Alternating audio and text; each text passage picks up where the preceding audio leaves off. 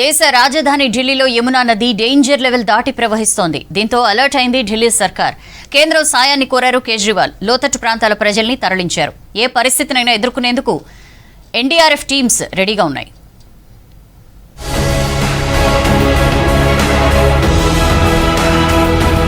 ఎగువ ప్రాంతాల నుంచి వస్తున్న భారీ వరద ప్రవాహంతో ఢిల్లీలో యమునా నది డేంజర్ లెవెల్లో ప్రవహిస్తోంది. 45 ఏళ్ల రికార్డును దాటి తొలిసారి నది నీటి మట్టం ఆల్ టైమ్ గరిష్టానికి చేరింది. ఢిల్లీ పాత రైల్వే బ్రిడ్జ్ దగ్గర నది నీటి మట్టం 207.55 మీటర్లు దాటి ప్రవహిస్తోంది. 1978 తర్వాత యమునా నదికి ఇంత పెద్ద ఎత్తున వరద రావడం ఇదే తొలిసారని ఢిల్లీ వరద నియంత్రణ విభాగం తెలిపింది. అటు యమునా రివర్ డేంజర్ లెవెల్ 205.33 మీటర్లు కాగా ఆ మార్కును 2 రోజుల క్రితమే దాటేసింది. హర్యానా నుంచి వస్తున్న భారీ వరద ప్రవాహంతో ఢిల్లీలోని లోతట్టు ప్రాంతాల ప్రజలను సురక్షిత ప్రాంతాలకు తరలిస్తున్నారు. ఢిల్లీలోని పలు కాలనీలను యమునా ఫ్లడ్ ముంచెత్తింది. ఇల్లు, మార్కెట్లలోకి నీరు చేరడంతో ప్రజలు తీవ్ర అవస్థలు పడుతున్నారు.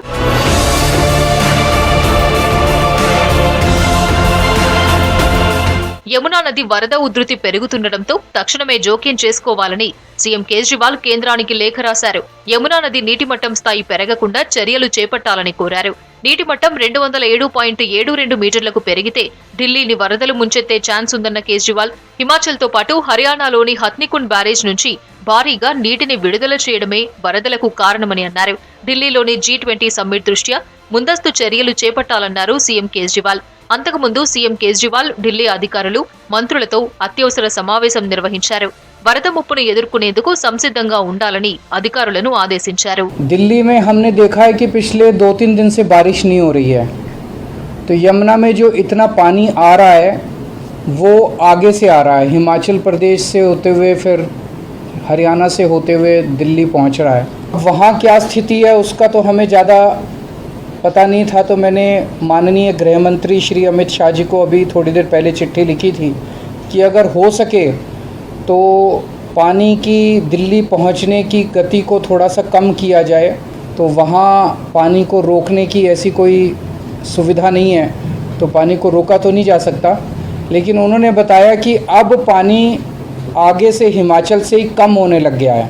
ఢిల్లీలోని Mayur Vihar phase flood effect ప్రాంతాల్లో బీజేపీ ఎంపీ గౌతమ్ గంభీర్ పర్యటించారు. వరదల్లో చిక్కుకున్న వారికి నిత్యావసర సరుకుల్ని పంపిణీ చేశారు. రాజకీయాలు చేయడానికి ఇది తగిన సమయం కాదన్న గంభీర్ ఢిల్లీలో మౌలిక సదుపాయాల కోసం आप सरकार ఎన్ని నిధులు ఖర్చు చేసిందో చెప్పాలన్నారు. और उनके पास कुछ करने को है नहीं.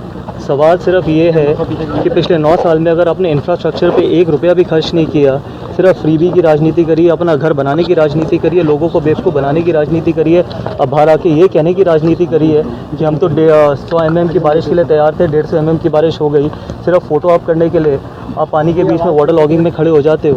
आप समस्या देखिए, आप हालत देखिए लोगों की यहाँ पर. యమునా నదికి వరద పోటెత్తుతుండటంతో అధికారులు చర్యలు చేపట్టారు. వరదలకు ఛాన్స్ ఉన్న ప్రాంతాల్లో పోలీసులు ముందు జాగ్రత్తగా 144 సెక్షన్ విధించారు. ఎలాంటి పరిస్థితులనైనా ఎదుర్కొనేందుకు సంసిద్ధంగా ఉన్నట్లు కేజ్రీ ప్రభుత్వం ప్రకటించింది. యమునా ఫ్లడ్ పై జలవనరుల శాఖ అధికారులు అప్రమత్తమయ్యారు. వరద ముప్పుపై ఎప్పటికప్పుడు సమీక్ష చేస్తున్నారు. ఉత్తరాది రాష్ట్రాలను భారీ వరదలు వణికిస్తున్నాయి. జనజీవనం స్తంభించిపోయింది. చాలా ప్రాంతాలు వరదల్లో చిక్కుకున్నాయి.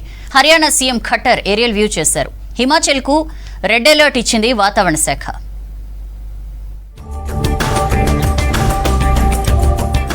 కుండపోత వానలు నార్త్ ఇండియాను వణికిస్తున్నాయి. హిమాచల్ ప్రదేశ్, ఉత్తరాఖండ్, పంజాబ్, హర్యానా, జమ్మూ కాశ్మీర్ లో వర్షాలు బీభత్సం సృష్టిస్తున్నాయి. పర్వత ప్రాంతాల్లో భారీగా కొండచర్యలు విరిగి పడుతుండటంతో రోడ్లు తీవ్రంగా దెబ్బతిన్నాయి. భారీ వర్షాలు హర్యానాను హడలెత్తిస్తున్నాయి. వరదలకు హర్యానాలోని పలు జిల్లాలు జల దిగ్బంధంలో చిక్కుకున్నాయి. కుండపోత వానలకు 10 మంది మృతి చెందినట్లు హర్యానా సీఎం మనోహర్ లాల్ ఖట్టర్ తెలిపారు. వరద ఎఫెక్ట్ ప్రాంతాల్లో సహాయక చర్యల్ని ముమ్మరం చేశామన్నారు. వరద ఎఫెక్ట్ పై అధికారులతో అత్యవసర భేటీ నిర్వహించిన సీఎం ఖట్టర్ వరద ప్రభావిత ప్రాంతాల్లో ఏరియల్ సర్వే చేశారు. అటు అంబాలాలోని హర్యానా హోంమంత్రి అనిల్ విజ్ నివాసం నీట మునిగింది. सब तरह के पानी की जो मार है वो हरियाणा के कुछ जिलों में पड़ी है, और सबसे ज़्यादा अगर उसका नुकसान होता दिख रहा है मुझे वो अम्बाला ज़िले में है. अम्बाला ज़िले में कई गाँव तो बहुत ज़्यादा प्रभावित हुए हैं, और संयोग से यहाँ नदियाँ नाले भी काफ़ी हैं. तो ऐसे सबका असर होने के बाद पानी का ओवरफ्लो भी हुआ है. लगभग 40 गाँव ऐसे हैं जहाँ पानी का प्रभाव ये गया है. హిమాచల్ ప్రదేశ్ ను భారీ వర్షాలు ముంచెత్తుతున్నాయి. ఫ్లడ్ ఎఫెక్ట్ తో మనాలి వణుకుతోంది. రోడ్లు దెబ్బతినడంతో పర్యాటకులు మనాలిలో బందీ అయ్యారు. కొండ చర్యలు విరిగి పడుతుండటంతో లోతట్టు ప్రాంతాలు జలమయమయ్యాయి. CM Sukhvinder Singh Manali flood effect ప్రాంతాల్లో ఏరియల్ సర్వే నిర్వహించారు. సహాయక చర్యలు ముమ్మరం చేసినట్లు తెలిపారు. మరోవైపు కులు జిల్లాలోని కసోల్ ప్రాంతంలో చిక్కుకున్న 2000 మందిని సురక్షిత ప్రాంతాలకు తరలించామన్న అధికారులు దుంకారా ప్రాంతంలో విరిగిపడ్డ కొండ చర్యలను తొలగిస్తున్నామన్నారు. कल भी कम रहेगी, लेकिन फिर से 14 तारीख के आसपास फिर से मानसून सक्रिय होगा। हालांकि उसकी इंटेंसिटी और डिस्ट्रीब्यूशन इतना ज़्यादा नहीं होगा जितना पिछला स्पेल रहा, लेकिन बारिशें फिर से शुरू हो जाएंगी। जहाँ तक लैंडस्लाइड और फ्लैश फ्लड की बात है, इन दिनों भी उसकी काफ़ी संभावना है, क्योंकि ऑलरेडी बारिश काफ़ी हो रखी है। तो लैंडस्लाइड, फ्लैश फ्लड्स, फॉग, ये कंडीशंस तो आगे भी बनी रहेंगी नेक्स्ट 48 आवर्स। ఉత్తరాఖండ్ లో ఎడతెరిపి లేని వర్షాలతో నదులు డేంజర్ లెవెల్లో ప్రవహిస్తున్నాయి. హరిద్వార్ లో గంగా నది ఉధృతంగా ప్రవహిస్తోంది. నేపాల్ బార్డర్ లోని పితోడ్గఢ్ జిల్లాను వర్షాలు ముంచెత్తాయి. చిర్కిలా డ్యాం నుంచి వరద నీటిని వదలటంతో దౌళి, కాళీ నదులు ఉగ్రరూపం దాల్చాయి. ముందు జాగ్రత్తగా పరివాహక ప్రాంతాల వాసులను సురక్షిత ప్రాంతాలకు తరలించారు అధికారులు.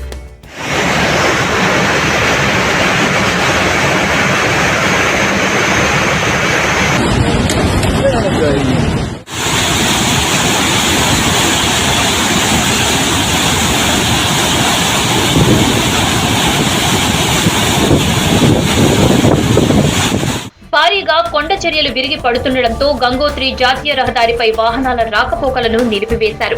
డెబ్రిస్ నది డేంజర్ లెవెల్ ప్రవాహంతో రాకపోకల్ని నిలిపివేశారు. అటు కుండపోత వానలు పంజాబ్ లో బీభత్సం సృష్టిస్తున్నాయి. భారీ వర్షాలకు ఫిరోజ్పూర్ లోని పాక్ సరిహద్దు ఫెన్సింగులు నీట మునిగాయి. సరిహద్దు గ్రామాల్లో చిక్కుకున్న వారిని పడవల సాయంతో రక్షించారు. మరో 3 రోజుల పాటు నార్త్ ఇండియాలోని పలు రాష్ట్రాల్లో భారీ వర్షాలు కురుస్తాయని వాతావరణ శాఖ హెచ్చరికలు జారీ చేసింది. కాంగ్రెస్ అగ్రనేత రాహుల్ గాంధీపై బీజేపీ, కేంద్ర ప్రభుత్వం రాజకీయ కక్ష సాధింపు వైఖరికి నిరసనగా రాష్ట్ర వ్యాప్తంగా దీక్షలు చేశారు కాంగ్రెస్ నేతలు. ఎన్ని కుట్రలు చేసినా వచ్చే ఎన్నికల్లో బీఆర్ఎస్ అధికారంలోకి రాదన్నారు పీసీసీ చీఫ్ రేవంత్ రెడ్డి. రైతులకు ఉచిత కరెంటు ఇచ్చిందే కాంగ్రెస్ అని గుర్తు చేశారు ఏఐసీసీ ఇన్ఛార్జ్ మాణిక్రావు ఠాక్రే.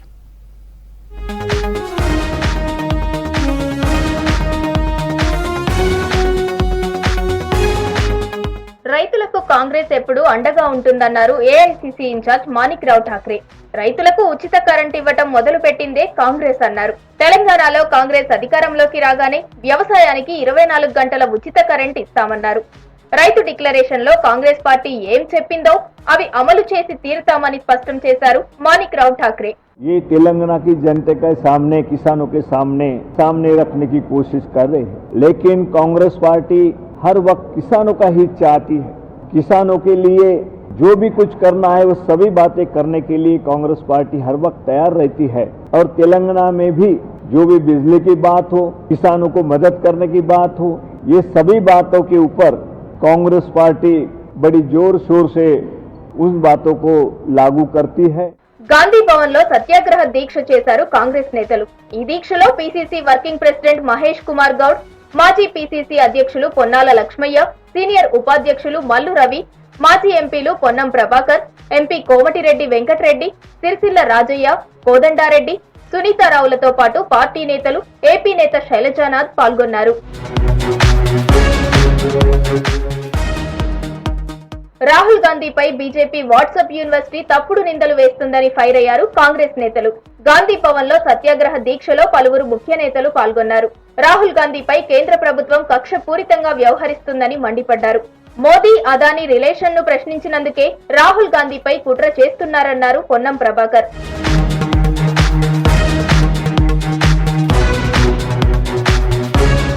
దేశంలో మోదీ, రాష్ట్రంలో కేసీఆర్ నియంత పాలన కొనసాగిస్తున్నారని మండిపడ్డారు లీడర్లు. బీజేపీ పార్టీ నరేంద్ర మోదీ గారి యొక్క నాయకత్వాన ప్రశ్నిస్తున్న గొంతులను అణచివేయడంతో, అందులో ముఖ్యంగా రాహుల్ గాంధీ గారి పైన 2012 నుంచి ఒక దుష్ప్రచారంగా, దుర్మార్గంగా రాహుల్ గాంధీ గారి యొక్క వ్యక్తిత్వం పైన, నాయకత్వం పైన ప్రచారం చేస్తూ మొదలుపెట్టారు. ఏ అదానీ, అంబానీ లక్షల కోట్ల కుంభకోణానికి పాల్పడుతూ హిడెన్బర్గ్ రిపోర్టుకు అనుగుణంగా రాహుల్ గాంధీ గారు పార్లమెంట్ చేసిన ఒక ప్రసంగాన్ని, దానికి ఏదైతే వివరణ ఇచ్చుకోలేక, రాహుల్ గాంధీ గారిని ఎదుర్కొనేటువంటి ఒక నైతిక శక్తి లేక ఈ ప్రభుత్వంలో ఉన్న పెద్దలు ఏ విధంగా కుట్రపూరితంగా రాహుల్ గాంధీ గారిని అప్రతిష్ట చేస్తా ఉన్నారో, న్యాయస్థానంలో న్యాయం కోసం పోరాడుతున్న రాహుల్ గాంధీ గారికి యావత్ దేశం అండగా ఉందని చెప్పే యొక్క ఈ సత్యాగ్రహ దీక్షలో మరొక్కసారి రాహుల్ గాంధీ గారికి తెలంగాణ కాంగ్రెస్ అండగా ఉంది. సీఎం కేసీఆర్ ఫ్యామిలీపై మరోసారి ఫైర్ అయ్యారు ఎంపీ కోమటిరెడ్డి వెంకటరెడ్డి. కల్వకుంట్ల కుటుంబం నీరవ్ మోదీ లాగా దుబాయ్ పారిపోతుందని చెప్పారు. బీఆర్ఎస్ నేతలు కావాలనే కాంగ్రెస్ సత్యాగ్రహ దీక్షను భగ్నం చేయడానికి కుట్ర చేశారని మండిపడ్డారు. రాష్ట్రంలో వ్యవసాయానికి 10 గంటలకు మించి కరెంట్ రావటం లేదన్న కోమటిరెడ్డి దీనిపై బీఆర్ఎస్ నేతలు తన సవాల్ను స్వీకరించాలన్నారు. 8 నెలల 6 గంటలు ఇచ్చినట్టు అక్కడ లాగ్ బుక్ ఉంటుంది, కంప్యూటర్ ఉంటుంది. 6 గంటలు ఇచ్చినట్టు చూపి నేను రాజీనామా చేస్తా, ఇప్పుడే పోదాం రమ్మను కేటీఆర్ని. ఎవడొస్తాడో రమ్మను. అరే 10 గంటలల్లా 10 సార్లు కట్ అయితే 10 గంటలు కూడా వస్తలేదు. నేను ఇంత ఓపెన్గా ఛాలెంజ్ చేస్తున్నా. ఒకరితో చెప్పి 1000 మంది ఉంటారు గ్రామంలో, ఒకరితో 24 గంటలు చెప్పిస్తే నేను ఇవాళ ఎంపీ పదవికి రాజీనామా చేస్తా. రేవంత్ కామెంట్స్ ను కావాలనే వక్రీకరిస్తున్నారని మండిపడ్డారు కాంగ్రెస్ నేత అద్దంకి దయాకర్. రాష్ట్రాన్ని కల్వకుంట్ల కుటుంబం దోచుకుంటుందని మండిపడ్డారు. కేసీఆర్ కేటీఆర్ మీకు దమ్ముంటే నేరుగా రానురా బాబు. దమ్ము లేదా, లేకపోతే కాంగ్రెస్ అంటే భయం అవుతుందా, లేకపోతే నేను సీతక్క రేవంత్ రెడ్డి అంటే ఏమన్నా అయిపోతున్నదా? మీకు రైతులను దోచుకున్నది కాక ఇంకా రైతు వ్యతిరేకంగా ఉండడం కాకుండా ఇష్టం వచ్చినట్టు కాంగ్రెస్ పార్టీ మీద, కాంగ్రెస్ పార్టీ నాయకుల మీద ట్రోల్స్ చేసే అని కనీసం సిగ్గుండాలి కదా మీకు. ఏఐసీసీ అగ్రనేత రాహుల్ గాంధీపై బీజేపీ కేంద్ర ప్రభుత్వ రాజకీయ కక్ష సాధింపు వైఖరికి నిరసనగా రాష్ట్ర వ్యాప్తంగా దీక్షలు చేస్తున్నారు కాంగ్రెస్ నేతలు.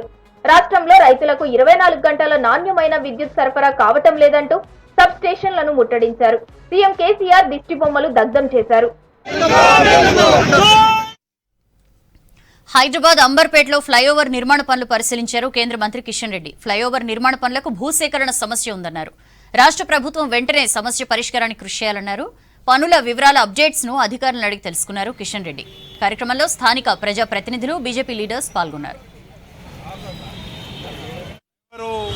కొంత ల్యాండ్ ఎక్వేషన్ పెండింగ్లో ఉంది.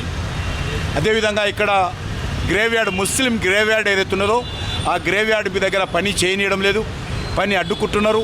ముందు అంగీకరించినప్పటికి కూడా ఇక్కడ ముస్లిం గ్రేవ్యార్డ్ దగ్గర తీరా పని ప్రారంభించిన తర్వాత మరి పని అడ్డుకుంటున్నటువంటి పరిస్థితి ఉన్నది. అక్కడ కొత్త టెక్నాలజీతో స్టీల్ ద్వారా ఈ యొక్క ఫ్లైఓవర్ వేయాలి. ఎందుకంటే పని అయిపోయింది కాబట్టి ఇక్కడ ఉన్నటువంటి ముస్లిం గ్రేవ్యార్డ్ 2 సైడ్స్ ఉన్న ద్వారా అక్కడ పిల్లర్స్ కూడా వేయడానికి కూడా అనుమతి ఇవ్వడం లేదు. వాలంటీర్లలో కొందరు నేరగాళ్లు ఉన్నారన్నారు పవన్ కళ్యాణ్. వాళ్లను ఉద్దేశించే తాను వ్యాఖ్యలు చేశానని వివరణ ఇచ్చారు. వాలంటీర్లపై తనకు వ్యక్తిగతంగా ద్వేషం లేదని చెప్పారు. ప్రతి ఆడబిడ్డ డేటా హైదరాబాద్లో ఎందుకుందని ప్రశ్నించారు.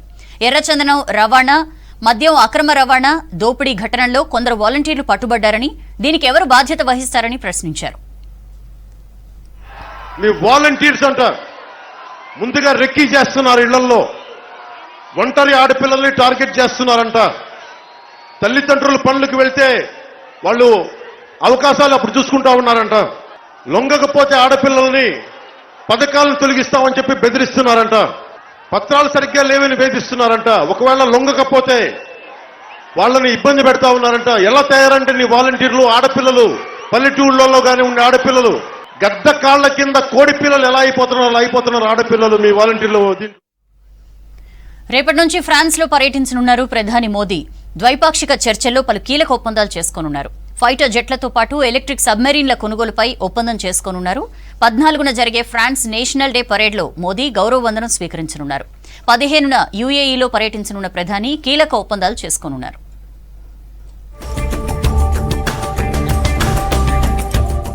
గురువారం నుంచి 2 రోజుల పాటు ఫ్రాన్స్ లో పర్యటించనున్నారు ప్రధాని నరేంద్ర మోడీ. ఆ దేశంలో జరిగే బస్టిల్ డే వేడుకలకు ప్రధాని మోడీ చీఫ్ గెస్ట్ గా హాజరు కానున్నారు. ఆ తర్వాత అధ్యక్షుడు ఇమాన్యుయల్ మాక్రాన్ తో భేటీ కానున్నారు. ఇరు దేశాల మధ్య భౌగోళిక, వ్యూహాత్మక సంబంధాలను పెంపొందించే లక్ష్యంతో అనేక ఒప్పందాలు చేసుకోనున్నారు. అందులో రాఫెల్ ఫైటర్ జెట్లతో పాటు 3 స్కార్పెన్ క్లాస్ డీజిల్ ఎలక్ట్రిక్ సబ్మెరైన్లను కొనుగోలు డీల్ కుదుర్చుకోనున్నారు.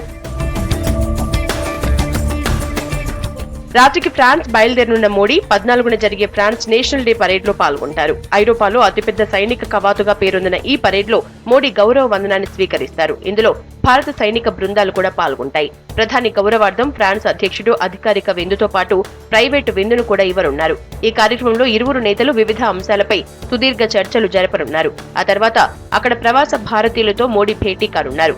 భారత్, ఫ్రెంచ్ సంస్థల సీఈఓలు, ఇతర ప్రముఖులతోనూ మోడీ ప్రత్యేకంగా భేటీ కానున్నారు. The riots in Paris that you spoke about, its impact on the visit. Look, it's a matter internal to France, and from our perspective, we don't see any impact on the visit whatsoever. We have never had any doubt right throughout the course and have kept preparing for it completely. France పర్యటన ముగిసిన తర్వాత ప్రధాని నరేంద్ర మోడీ తిరుగు ప్రయాణంలో July 15న యుఏఈలో పర్యటిస్తారు. UAE అధ్యక్షుడు Abu Dhabi పాలకుడు Sheikh Mohammed bin Zayed అల్ నయాన్ తో ద్వైపాక్షిక చర్చలు జరపనున్నారు. ఇంధన, విద్య, ఆరోగ్య సంరక్షణ, ఆహార భద్రత, ఫిన్టెక్, రక్షణ, సాంస్కృతిక విభాగాల్లో ఇరు దేశాల వ్యూహాత్మక భాగస్వామ్యాన్ని మరింత పెంపొందించడంపై ఇద్దరు నేతలు చర్చించనున్నారు. ఫ్రాన్స్ లో అల్లర్లు జరుగుతూ ఉండటంతో మోదీ పర్యటనకు కట్టుదిట్టమైన భద్రతా ఏర్పాట్లు చేశారు. మోదీ పర్యటించే అన్ని ప్రాంతాల్లో టైట్ సెక్యూరిటీ పెట్టారు. ఎలాంటి ఘటనలు జరగకుండా జాగ్రత్త పడుతున్నారు. ఫ్రాన్స్ లో నల్ల జాతీయుడు హత్యను నిరసిస్తూ నెల రోజులుగా అక్కడ అల్లర్లు జరుగుతున్నాయి. హిమాచల్ ప్రదేశ్లో కుండపోత వానలతో చిక్కుకున్న పర్యాటకులను రక్షించేందుకు రెస్క్యూ ఆపరేషన్ కొనసాగుతోంది. జోరు వానలకు తోడు భారీగా మంచు కురుస్తుండటంతో చంద్రతాల్ లేక్ దగ్గర మనాలి లే హైవేపై 300 మంది పర్యాటకులు చిక్కుకుపోయారు.